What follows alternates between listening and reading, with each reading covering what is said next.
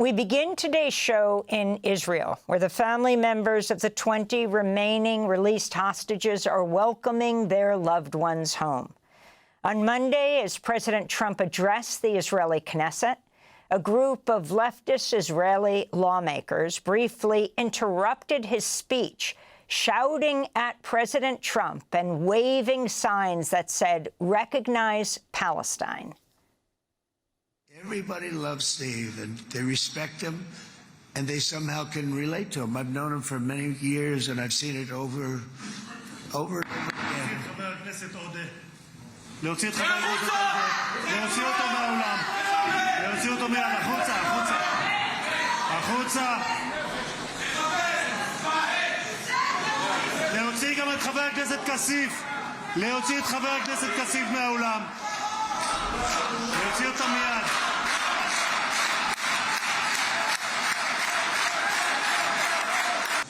That was very efficient. The two lawmakers were Ayman Odeh and Ofer Cassif. They're members of the Hadash-Ta'al alliance.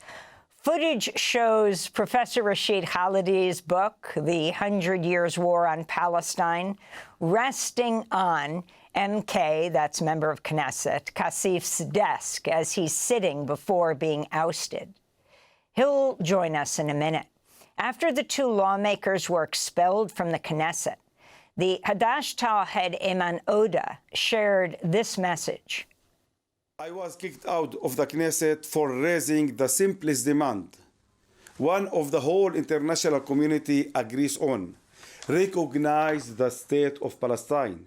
Recognize the simple truth. There are two peoples here, and no one is going anywhere. That's the Palestinian member of the parliament, Ayman Odeh. We're joined now by Ofer Cassif, a Jewish Israeli member of the Knesset and the leftist Hadash-Ta'al coalition. Welcome back to Democracy Now!, sir. If you can start off by describing exactly what happened. You have, for the first time, President Trump addressing the Israeli Knesset before taking off for Egypt, where he signed the ceasefire deal. Talk about what you did. Well, first of all, thank you for having me.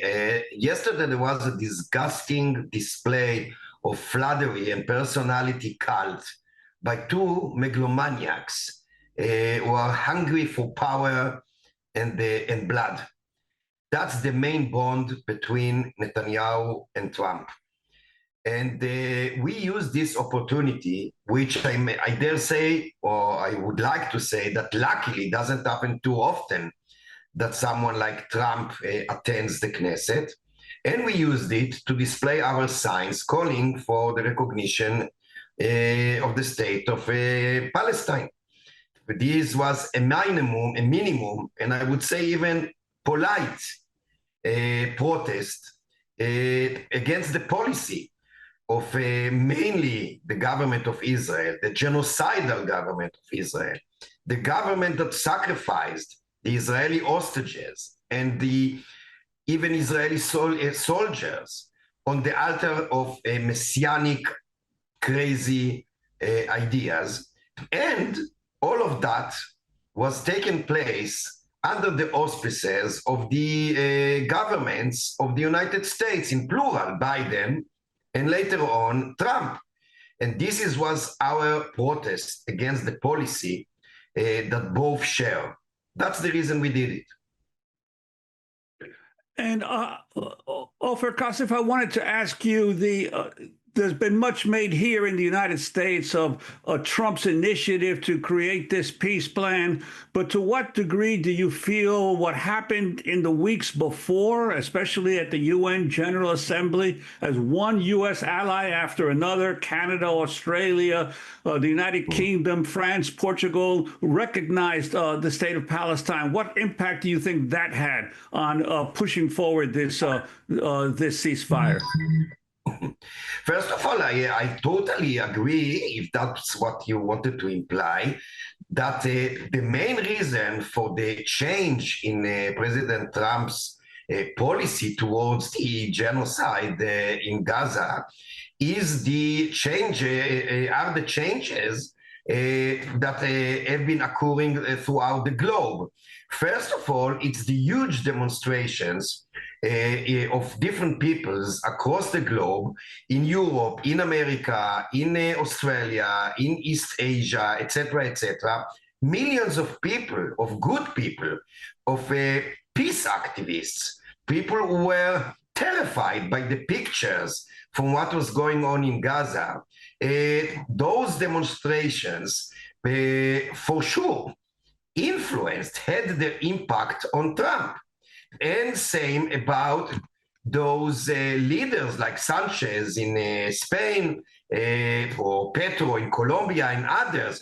There's no doubt that if we should thank someone for ending the genocide and releasing the Israeli hostages, it's not Trump, let alone Netanyahu. It is the demonstrations that I mentioned and some of the leaders of different countries in the world.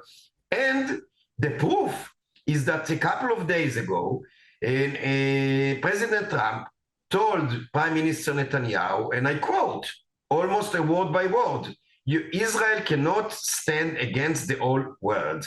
Why did he say that? He said so specifically because he was witnessing those demonstrations and change of mood, including the recognition by 150 states, recognition of the state of Palestine and the two-state solution. So no doubt that was the main impact on Trump. Alas, he still hasn't gone far enough to say explicitly that the two-state solution and the liberation of the Palestinian people are a must, and I hope that he will. And what is your sense now of the impact on Israeli society and on your democracy of this peace plan and the fate of Netanyahu in the future? First of all, if I may refer to what you said about Israel as a democracy, it pops out to my mind, something that Mahatma Gandhi said.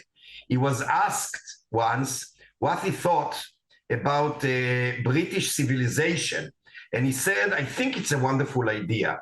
So if you ask me what I think about the Israeli democracy, I would answer the same. I think it's a wonderful idea. Unfortunately, we are not there yet.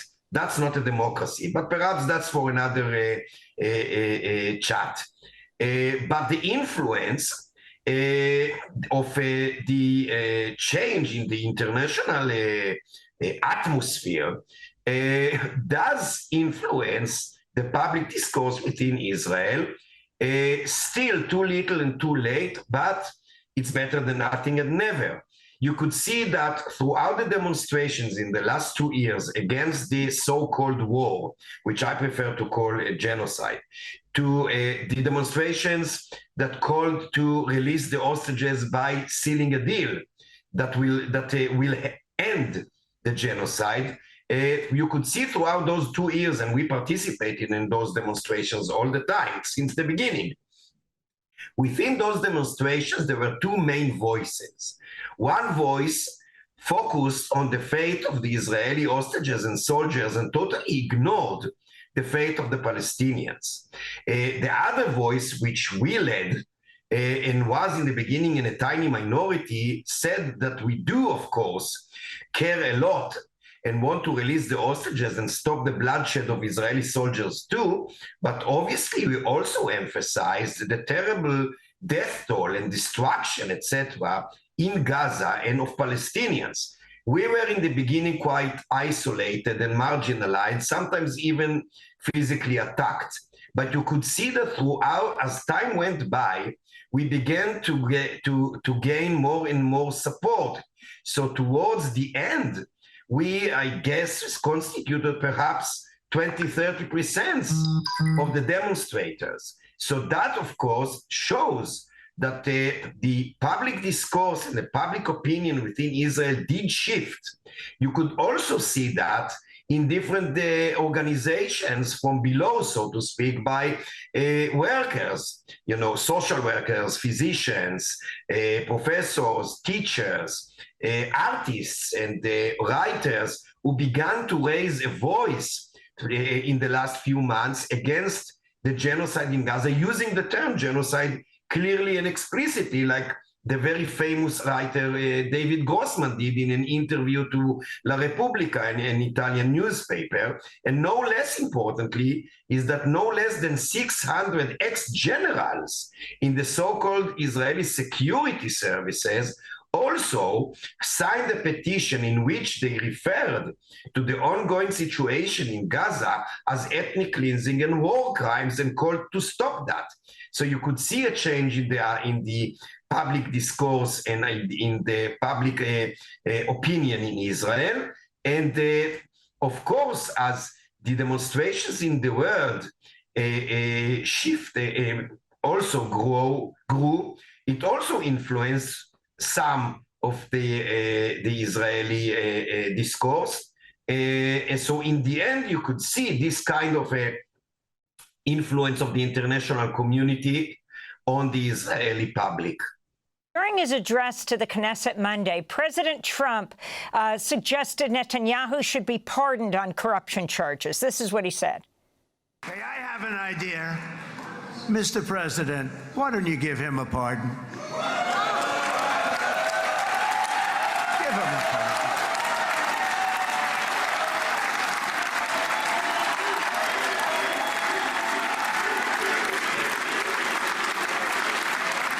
You know, whether we like it or not, this has been one of the greatest wartime presidents. This has been one of the greatest wartime presidents. And cigars and champagne, who the hell cares about that? So that's President Trump calling for Netanyahu to be pardoned. Can you talk about the significance of this, Ofer Cassif, and for people to understand, many believe that he extended the assault on Gaza to extend his own trial, to put off the end of that trial. And we're not even talking here about the charges in the International Court of Crimes Against Humanity. Absolutely, there's no doubt about it, but we should add to that Netanyahu is not alone. If we put the whole blame on Netanyahu, we miss a great deal of others who are totally blamed for the carnage that took place in Gaza and the sacrifice of the Israeli hostages as well. Those are combined through, totally, and there's no way to distinguish between them. So Netanyahu, on the one hand, is interested only in his own good. Just like Trump. I mean, those two psychopaths are good friends.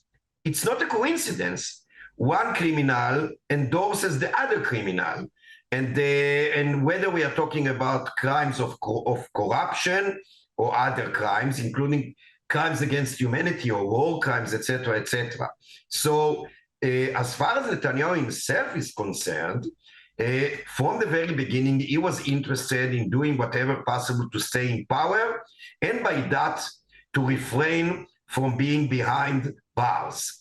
That's his only interest. He doesn't care about the well-being of the Israelis, including the hostages, and obviously, let alone the well-being of Palestinians.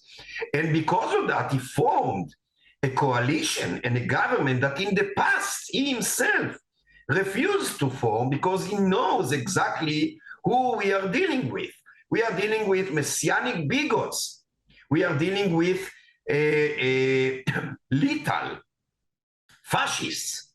But Netanyahu decided to join forces with them, to add them, and to base his government and coalition on them, not only, by the way, in the sense of collaborating with bigots like Ben-Gvir and Smotrich, that is to say, two and other parties, but to change the Likud party from within.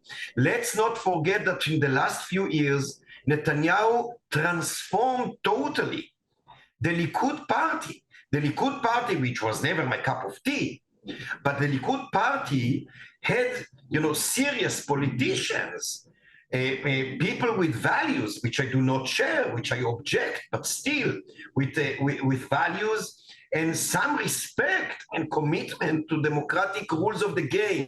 What Netanyahu did once he understood that he may find himself in prison is to get rid of those people and to substitute them and add others who are messianic and bigots and racist no less than Smotrich, Ben Gvir, and their allies. So altogether, we can see a combination, a constellation of a prime minister who is accused in serious corruption charges, who's afraid, as a coward, who is afraid of prison, together with messianic fascist bigots who think that the blood of human beings, Israelis and Palestinians alike, is the red carpet of the Messiah.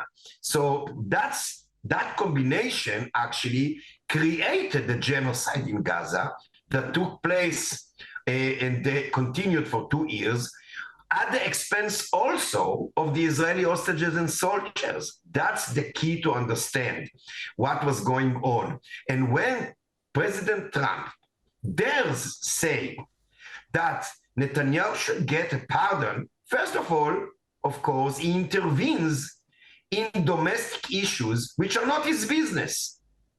But on top of that, and in my view, worse than that, is that he actually speaks the language of a mob, of the mob. He's not Tony Soprano, but he behaves as if he was. Ofer Cassif, I want to thank you so much for being with us, member of the Israeli Knesset and Hadash-Ta'al coalition. On Monday, he and the Palestinian parliamentarian Ayman Odeh were ousted from the Knesset during President Trump's speech after the two shouted terrorist at Trump and held up signs that read, recognize I want to correct you, please. We didn't Palestine. shout anything. We were totally silent. We didn't shout at all. We just held the sign, recognize Palestine. That's it. We didn't shout, we didn't curse, we didn't interrupt. We kept silent. And are you going to be allowed back into the Knesset, or were you expelled? Who knows? At the moment, I am suspended anyway until the end of December, because I dare say that there was genocide going on. It was forbidden to say that there was a genocide. But I appeal to the Supreme Court. Let's see what's going to happen. Thanks for watching Democracy Now! On YouTube. Subscribe to the channel and turn on notifications to make sure you never miss a video. And for more of our audience-supported journalism, go to democracynow.org, where you can download our news app, sign up for our newsletter, subscribe to the daily podcast, and so much more.